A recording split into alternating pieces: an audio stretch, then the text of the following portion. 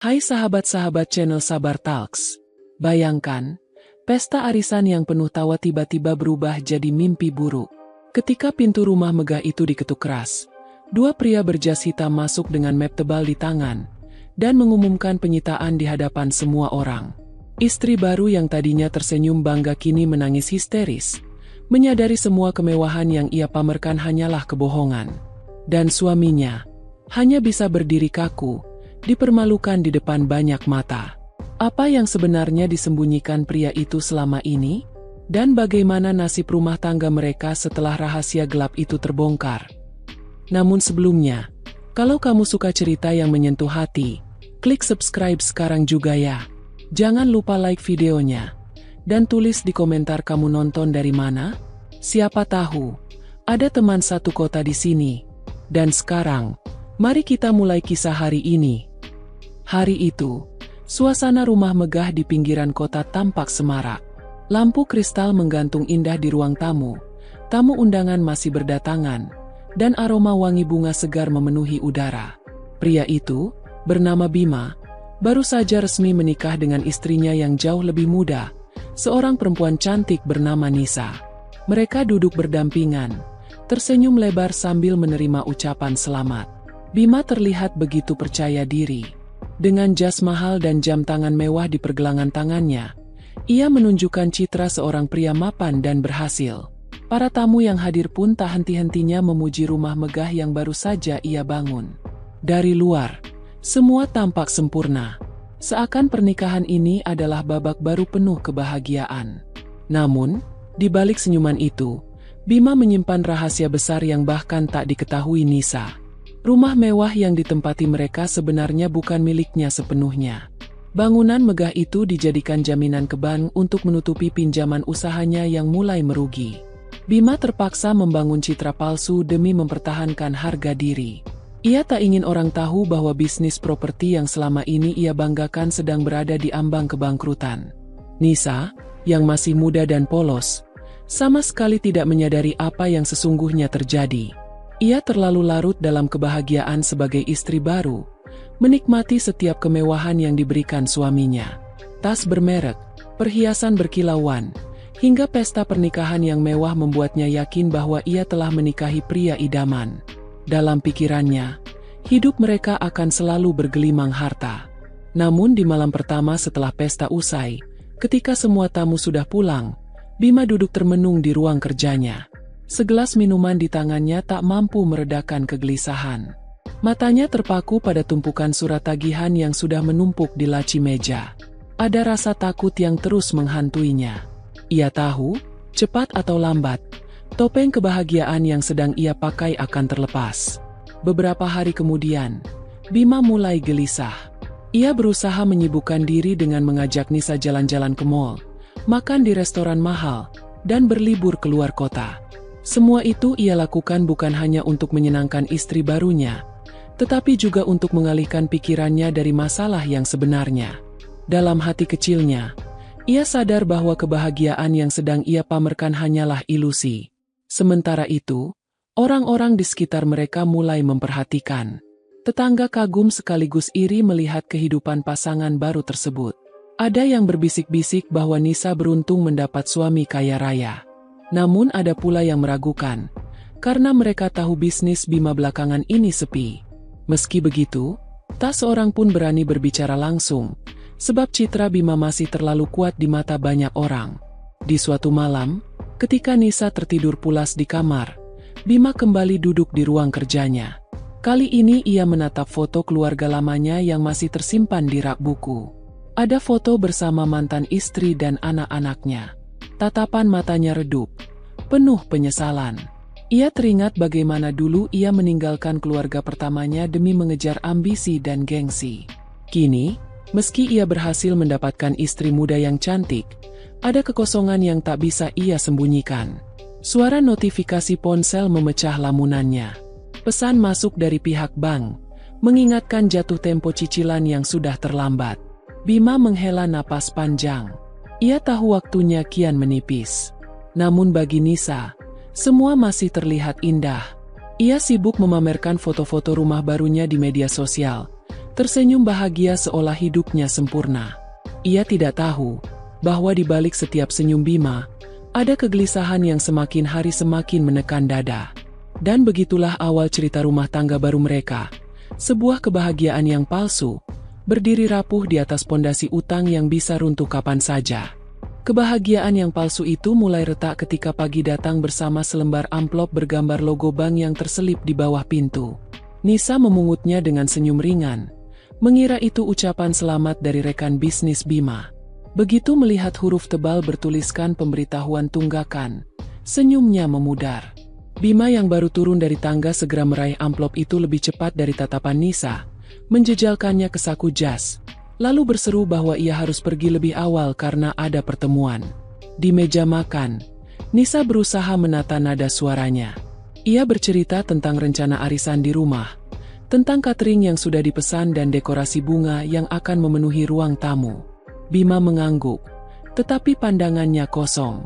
Ponselnya bergetar berkali-kali. Nisa mencuri lirikan, melihat nama tak tersimpan yang sama muncul berulang. Bima mematikan suara ponsel dan pura-pura menenangkan. Ia berkata semuanya baik-baik saja, tetapi tangannya yang gemetar membongkar kegelisahan. Siang itu Bima pergi, bukan ke pertemuan, melainkan ke sekolah anak dari pernikahan pertamanya. Di ruang administrasi yang sederhana, ia menandatangani berkas penundaan pembayaran. Mantan istrinya, Alia, datang membawa bekal untuk putra mereka. Wajah Alia tenang, kerudung sederhana terpasang rapi, senyumnya tipis. Bima meminta maaf dengan suara yang tertahan. Alia mengangguk, tidak menagih, tidak memojokkan. Ia hanya mengingatkan bahwa anak butuh kepastian, bukan janji. Kata-kata itu menancap dalam, menyayat bagian diri Bima yang selama ini ia tutupi dengan jas mahal dan tawa palsu. Sore menjelang, Nisa menata vas bunga di foyer ketika ponsel Bima yang tertinggal di meja tamu bergetar. Sebuah pesan singkat muncul, mengingatkan soal restrukturisasi yang belum disetujui karena setoran awal belum terpenuhi. Nisa menelan ludah. Ia menggulir layar, menemukan pesan lain dari pihak bank dengan nada lebih tegas. Bima masuk tergesa, terkejut melihat ponselnya di tangan Nisa. Ia berusaha merebut, Nisa menahan. Udara menegang. Pertanyaan mengalir dari mulut Nisa, tajam dan beruntun. Bima menjawab singkat, berkelit, menyebut ini hanya masalah administrasi. Mata Nisa berkaca, bukan karena marah semata, tetapi karena terasa sedang berdiri di ambang jurang yang tak ia ketahui kedalamannya. Malam itu rumah terasa asing. Lampu gantung berkilau, tetapi kilauannya dingin. Nisa berdiri di depan rak buku, menyapu debu pada bingkai foto keluarga lama. Di dalamnya Bima tersenyum bersama Alia dan anak mereka. Wajah Nisa mengeras. Ia bukan sekadar cemburu pada sosok masa lalu, melainkan pada ketenangan yang dipancarkan wajah Alia. Ada kualitas yang tidak dimiliki kemewahan. Sesuatu yang membuat Nisa merasa kecil di hadapan kenangan yang tidak bisa ia sentuh. Bima menutup pintu ruang kerja lebih cepat malam itu. Ia menelepon seorang rekan lama, menawarkan mobil sedan untuk dijual cepat. Harga yang ditawar terlalu rendah, tetapi Bima tidak punya pilihan. Ia butuh uang muka restrukturisasi. Setelah panggilan berakhir, ia menatap lembar somasi pertama dengan stempel merah. Tanggal jatuh tempo menatap balik seperti jam pasir yang butirannya kian cepat jatuh. Keesokan harinya, Nisa bertemu dua sahabatnya di kafe. Ia bercerita dengan nada setengah berbisik, setengah menahan napas. Mereka menenangkan, menyarankan agar Nisa berbicara baik-baik dengan Bima. Namun, di bawah kalimat kalem itu, ada getar lain yang Nisa rasakan. Getar yang selama ini ia kenali di dunia yang gemerlap tetapi rapuh. Dunia di mana kabar buruk harus ditutup bunga segar, di mana duka harus disembunyikan di balik riasan tebal. Nisa pulang membawa gagasan satu hal. Arisan harus tetap diadakan. Ia perlu memastikan semua orang melihat rumah ini masih utuh. Hidup mereka masih mewah, senyum mereka masih bertahan. Bima memohon agar arisan ditunda. Ia menyebut beberapa alasan yang terdengar masuk akal. Nisa menolak. Ia merasa penundaan hanya akan memancing tanya. Ia ingin memperlihatkan bahwa badai tidak ada, bahkan ketika angin sudah menderu di telinganya sendiri. Bima menyerah, atau mungkin kehabisan tenaga. Ia hanya berkata akan berusaha menyelesaikan semua sebelum hari itu tiba. Sore hari sebuah surat ditempelkan petugas keamanan komplek di pagar. Nisa yang baru selesai belanja dekorasi kebaya arisan melihat kertas dengan stempel tebal menatapnya tanpa berkedip. Ia merobeknya pelan, membaca huruf demi huruf yang terasa seperti serpihan kaca. Surat peringatan kedua. Tindakan penagihan lanjut. Dampaknya terhadap jaminan. Nisa berdiri lama, menatap ke dalam rumahnya sendiri seperti menatap rumah orang lain. Saat itulah Bima tiba. Ia lekas mengambil surat itu, mencoba menjelaskan dengan suara datar, mencoba menghindari ledakan. Ledakan tidak terjadi malam itu. Yang terjadi adalah kebisuan. Nisa menutup diri di kamar. Hanya suara langkah halusnya yang sesekali terdengar di lantai atas. Bima kembali ke ruang kerja, menambah tumpukan alasan di atas tumpukan surat. Ia menelpon nomor yang sama dari bank. Kali ini suaranya lebih rendah, memohon pengertian. Suara di seberang menyebut jadwal kunjungan lapangan untuk melihat jaminan. Menyebut kata yang paling ia takutkan, Wan prestasi. Bima menutup panggilan dengan tangan bergetar. Subuh datang membawa embun dan kecemasan. Bima menatap halaman depan yang rapi, rumput yang dipangkas sempurna, jalan masuk yang disapu bersih. Ia mencoba membayangkan rumah ini tanpa lampu-lampu mewah, tanpa perabot yang ia cicil. Ia mencoba membayangkan dirinya sendiri tanpa semua topeng yang ia kenakan. Dari lantai atas, Nisa menata kebaya dan jilbab pilihan, memastikan kain jatuhnya tepat, memastikan dirinya tampak sempurna. Menjelang siang, rumah berubah seperti etalase kebanggaan. Catering datang, menata meja panjang dengan piring porselen putih berkilau. Dekorasi bunga mawar dan lili memenuhi sudut-sudut ruangan. Aroma makanan hangat bercampur wangi parfum tamu yang satu persatu tiba. Tawa mengalun, pujian bertebaran, ponsel diangkat, swafoto diambil dengan latar lampu kristal. Nisa bergerak lincah, menyambut, memeluk, mengarahkan. Senyumnya kembali mekar. Kali ini seperti topeng yang terpasang terlalu erat. Bima berdiri di balik pilar, mengamati dari jauh. Ponselnya bergetar lagi. Sebuah pesan masuk mengabarkan bahwa tim verifikasi sedang menuju lokasi. Dadanya mengencang. Ia melangkah ke dapur, berniat menyelinap keluar lewat pintu samping untuk mencegat, untuk melakukan apapun yang bisa menunda. Namun langkahnya berhenti ketika melihat Nisa tertawa bersama tamu. Tawa yang memecah menjadi retakan kecil di telinganya sendiri. Ia tidak sanggup meninggalkan panggung itu, sekaligus tidak sanggup berdiri di tengahnya. 15 menit kemudian, mobil berwarna netral berhenti di depan rumah. Dua orang turun dengan map tebal di tangan. Mereka berbicara singkat dengan petugas keamanan komplek, lalu berjalan mantap menyusuri jalan setapak. Bima menelan ludah. Di ruang tamu, Nisa sedang memimpin permainan arisan. Tangan-tangan terulur, undian bergulir, tawa pecah. Semua tampak normal, terlalu normal untuk sebuah siang yang dingin. Bel pintu berbunyi. Klik. Lalu 2 kali. 3 ketukan menyusul. Lebih tegas, lebih berat. Seperti palu kecil yang memukul di dalam dada. Bima memandang ke arah foyer dengan mata yang kehilangan cahaya.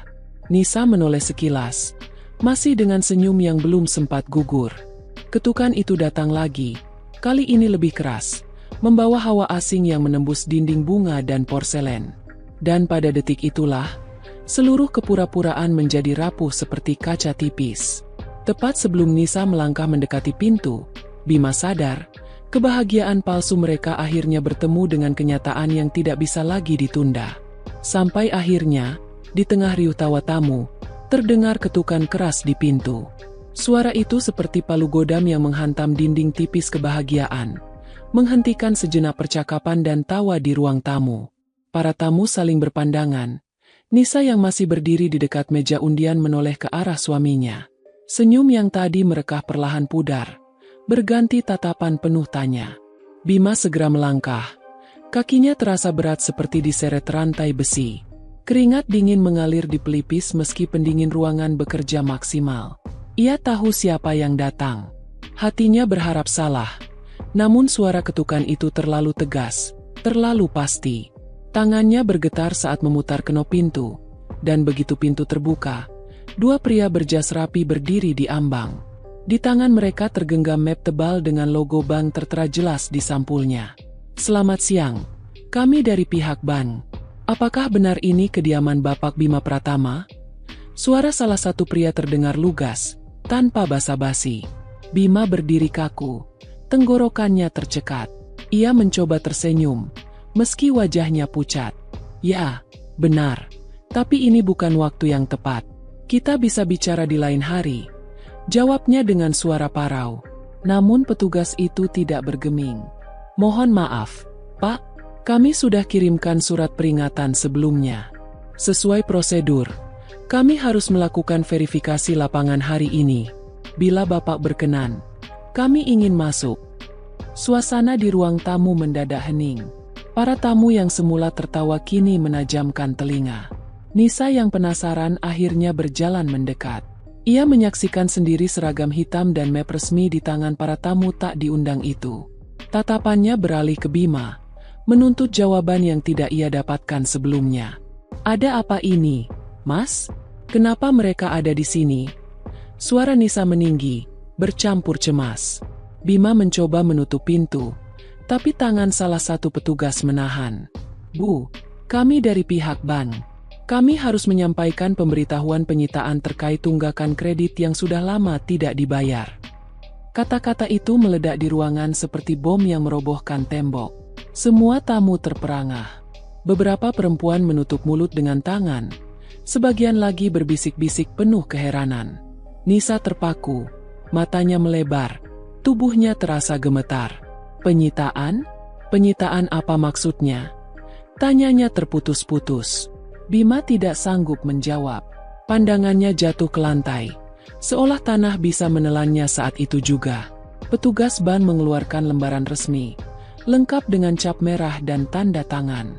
Di sana tertulis jelas, rumah mewah yang selama ini mereka tempati akan disita karena tunggakan pinjaman yang tidak pernah dilunasi. Nisa meraih kertas itu dengan tangan gemetar. Air matanya jatuh menodai tulisan di atas kertas. Jadi semua ini, semua kemewahan ini, hanya bohong? Rumah ini bukan milik kita. Suaranya serak, penuh luka. Para tamu mulai gelisah. Beberapa pamit dengan alasan mendadak. Sebagian lainnya memilih bertahan karena ingin menyaksikan drama ini hingga akhir. Nisa merasa wajahnya panas, bukan hanya karena marah, tapi juga karena malu yang menelannya hidup-hidup. Ia merasa dipermalukan di hadapan sahabat-sahabatnya, di hadapan orang-orang yang ia coba yakinkan bahwa hidupnya sempurna. "Mas Bima," pekiknya keras, membuat semua orang terdiam. "Jelaskan sekarang juga. Apa yang sebenarnya terjadi?" Bima menarik napas panjang, tapi suara yang keluar hanya lirih. Aku ingin melindungimu, Nisa. Aku tidak mau kamu tahu. Bisnis gagal, utang menumpuk, rumah ini jadi jaminan. Aku berpikir bisa melunasinya sebelum mereka datang. Aku tidak ingin kamu meninggalkan aku jika tahu kebenarannya." Kalimat itu justru membuat Nisa semakin marah. Ia merobek surat di tangannya lalu melemparkannya ke lantai. "Jadi kamu menipuku. Kamu membuatku terlihat seperti orang bodoh. Semua yang aku pamerkan selama ini hanyalah ilusi. Padahal kenyataannya kita hidup di atas utang." Bima terdiam. Ia ingin meraih tangan istrinya, tapi Nisa menepis kasar. Air mata jatuh deras di pipinya. Petugas bank kembali bersuara. Kali ini lebih tegas. "Kami mohon maaf, Bu, Pak. Sesuai prosedur, bila tidak ada pelunasan segera, rumah ini resmi akan disegel dalam waktu dekat. Kami mohon kerjasamanya." Nisa menutup wajahnya dengan kedua tangan. Suasana rumah yang semula meriah kini berubah menjadi panggung kehinaan. Para tamu pergi satu persatu, meninggalkan bisikan yang menusuk telinga. Malam itu, rumah megah itu terasa seperti penjara. Nisa duduk di sudut kamar, menangis tanpa suara. Bima berdiri di depan jendela, menatap lampu jalan yang temaram. Ia tahu, topengnya sudah runtuh. Ia tidak hanya kehilangan wibawa di mata orang lain, tetapi juga kepercayaan dari wanita yang baru saja ia nikahi. Detik-detik malam berjalan lambat. Suara jam dinding terdengar lebih keras dari biasanya. Nisa tidak lagi bicara, tidak lagi menoleh. Bima hanya bisa berdiri kaku, merasa semua yang ia bangun selama ini hancur di hadapannya. Dan di balik kesunyian itu, satu pertanyaan besar menggantung di udara. Apakah pernikahan yang baru seumur jagung ini akan sanggup bertahan setelah rahasia kelam itu terbongkar? Atau justru runtuh bersama rumah yang akan segera disita? Pertanyaan itu menggantung di benak Nisa sepanjang malam, membuatnya tak bisa memejamkan mata. Matanya bengkak karena menangis, sementara tubuhnya menggigil meski selimut tebal sudah membungkus. Di sisi lain ranjang, Bima hanya bisa duduk memandangi istrinya yang membelakanginya. Hatinya penuh rasa bersalah, tapi bibirnya keluh. Pagi tiba dengan cahaya matahari yang seolah mengejek. Tirai jendela terbuka sedikit, menampilkan halaman depan rumah yang semalam ramai dengan bisikan tetangga. Kini hanya sunyi dan tatapan curiga orang yang lewat. Nisa turun ke dapur tanpa sepatah kata. Ia menyiapkan secangkir kopi, bukan untuk suaminya, melainkan hanya untuk dirinya sendiri. Bima mengikuti dari belakang, mencoba mengajak bicara. "Nisa, dengarkan aku sebentar," ucapnya pelan. Namun Nisa menoleh tajam. "Aku sudah dengar cukup banyak, Mas. Lebih dari cukup. Semua yang aku kira nyata, ternyata hanya tipuan." Suasana menjadi tegang.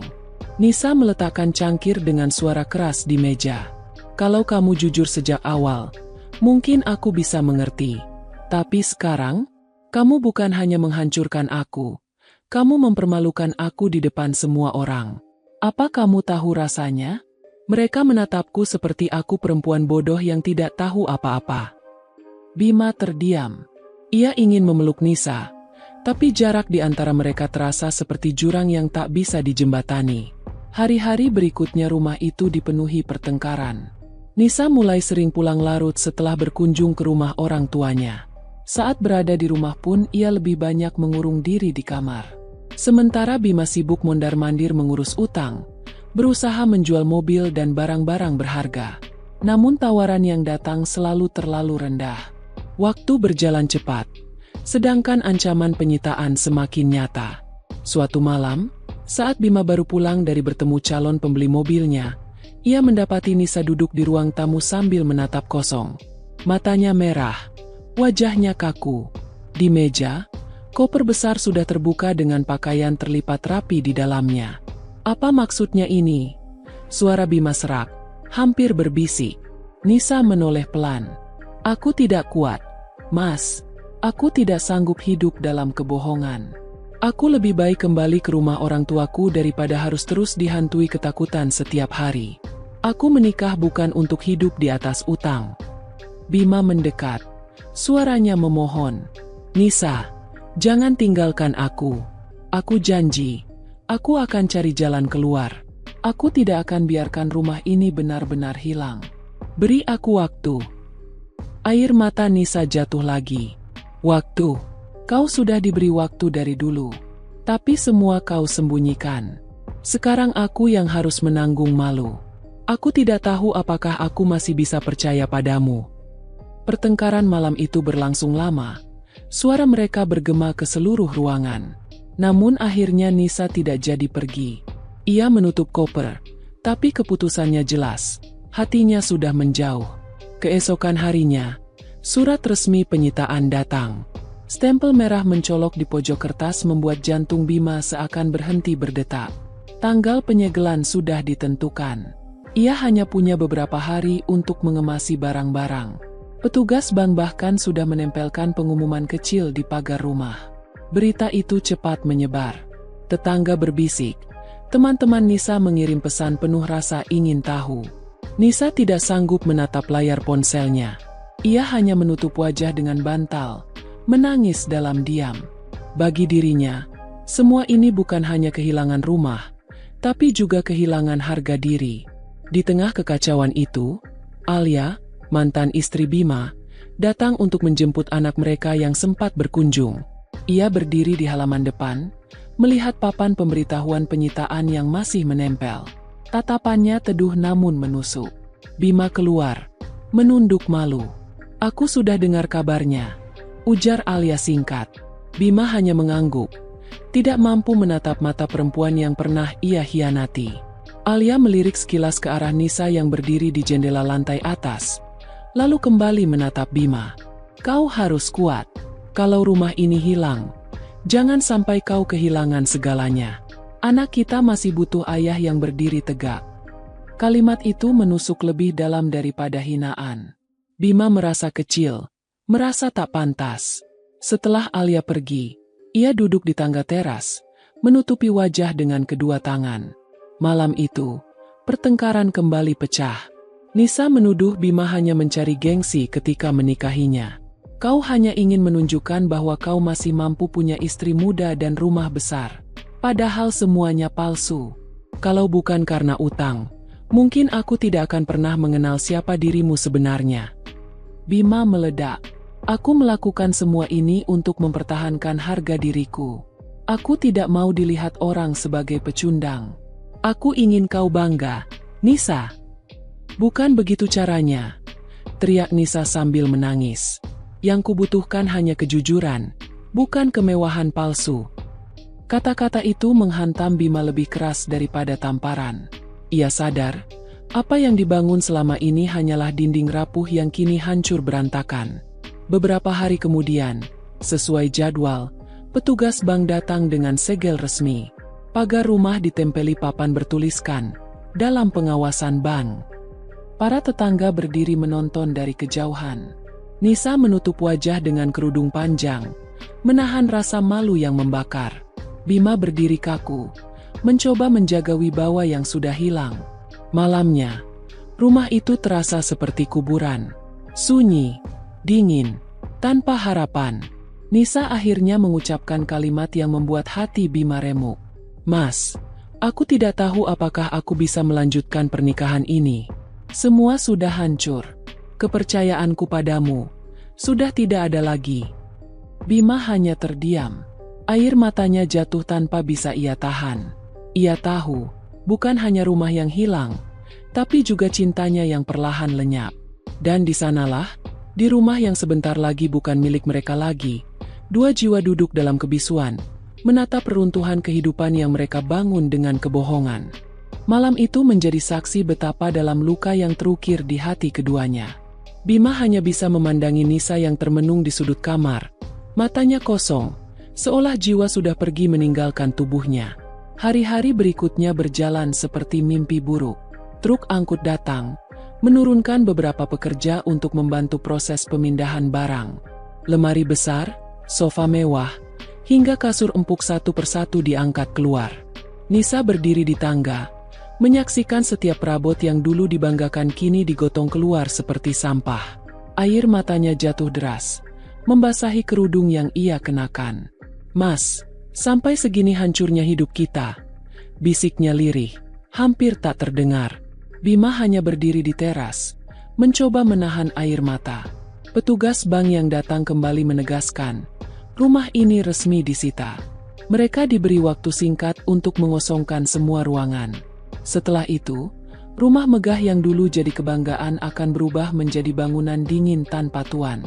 Setelah semua barang dipindahkan ke rumah kontrakan kecil di pinggiran kota, perbedaan terasa begitu nyata.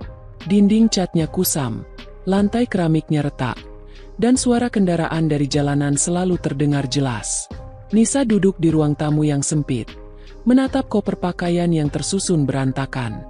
Ia merasa hidupnya terlempar jauh dari dunia yang dulu ia kenal. Pertengkaran tidak berhenti. Setiap malam mereka bersitegang. Nisa menuntut kejelasan, menuduh Bima tidak pernah serius memperbaiki keadaan. Bima berusaha mencari pekerjaan baru, menjual sisa aset, bahkan meminjam pada kerabat. Namun semua pintu seolah tertutup rapat. Ia merasa semakin jatuh, semakin tak berdaya. Suatu sore, Nisa akhirnya tidak pulang. Ponselnya tak bisa dihubungi. Bima menunggu berjam-jam di ruang kontrakan, duduk di kursi reot sambil menatap pintu. Saat fajar tiba, Nisa baru kembali. Wajahnya dingin, tanpa penjelasan. "Aku tinggal di rumah orang tuaku beberapa hari. Aku butuh waktu," ucapnya singkat. Lalu masuk kamar tanpa menoleh. Kata-kata itu menghantam Bima lebih keras daripada kabar penyitaan rumah. Ia merasa Nisa benar-benar pergi, meski tubuhnya masih di sini. Di tengah keterpurukan itu, kabar tentang Alia, mantan istrinya, kembali terdengar. Ia mendengar dari anak mereka bahwa ibunya kini bekerja di sebuah toko kecil. Hidup sederhana namun tenang. Bima merasakan perih di dada. Ia yang meninggalkan Alia demi mengejar gengsi, kini justru kehilangan segalanya. Malam itu ia duduk sendirian di teras kontrakan. Lampu jalan berkelip-kelip. Suara jangkrik bersahut-sahutan. Dalam kesunyian itu, Bima merasakan penyesalan paling dalam. Ia teringat malam ketika pertama kali memilih meninggalkan rumah lamanya. Memilih meninggalkan istri yang setia menemaninya sejak nol. Semua demi ambisi, demi hasrat menunjukkan bahwa dirinya lebih hebat. Kini, ketika ia kehilangan rumah, harta, dan bahkan hampir kehilangan istri barunya, ia sadar bahwa yang ia kejar selama ini hanyalah fata morgana. Beberapa hari kemudian, Nisa memutuskan benar-benar kembali ke rumah orang tuanya. Ia hanya membawa sebagian barang. "Aku tidak tahu apakah aku bisa kembali lagi, Mas. Aku tidak sanggup melihat wajahmu tanpa teringat semua kebohongan yang kau lakukan," ucapnya sebelum melangkah pergi. Bima tidak menahan. Ia hanya berdiri, tubuhnya kaku, matanya berkaca-kaca. Saat pintu tertutup, ia jatuh terduduk di lantai, menutup wajah dengan kedua tangan. Suara isaknya memenuhi ruang kontrakan yang kosong. Hari-hari berjalan lambat. Bima kini benar-benar sendiri. Ia menjual motor kesayangannya untuk bertahan hidup, bekerja serabutan demi bisa makan. Setiap malam ia terjaga, menatap atap bocor kontrakan, merenungkan semua kesalahan yang ia buat. Penyesalan itu menghantamnya tanpa ampun. Sampai suatu pagi, ia menerima kabar dari anaknya. "Ayah, Ibu ingin bertemu. Katanya ada hal penting." Bima datang ke rumah Alia dengan langkah berat. Ia disambut dengan senyum tipis. Alia tidak lagi menyimpan amarah, hanya keteguhan. "Aku hanya ingin bilang, jangan menyerah. Jangan biarkan hidupmu berakhir seperti ini. Kalau bukan untukku, lakukan untuk anak kita. Ia masih butuh ayah yang kuat." Kata-kata itu membuat Bima menangis. Air matanya jatuh deras, bukan hanya karena malu, tapi juga karena harapan kecil yang masih tersisa. Ia sadar, meski terlambat, masih ada jalan untuk memperbaiki hidup, meski tidak akan pernah bisa kembali seperti dulu. Malam itu, di kontrakan kecil yang dingin, Bima menatap cermin retak. Wajahnya tampak tua sebelum waktunya. Keriput halus mulai muncul di dahi. Ia berbicara pada dirinya sendiri dengan suara bergetar. "Aku telah kehilangan segalanya, dan aku pantas mendapatkannya. Tapi aku tidak boleh menyerah. Aku harus bangkit, meski sendirian." Dan di sanalah ia akhirnya benar-benar menyadari bahwa semua kemewahan yang ia kejar hanyalah kebahagiaan semu. Penyesalan datang terlambat, tetapi hidup harus terus berjalan, meski tanpa rumah megah, tanpa istri muda, dan tanpa gengsi yang dulu ia banggakan. Yang tersisa hanyalah dirinya sendiri,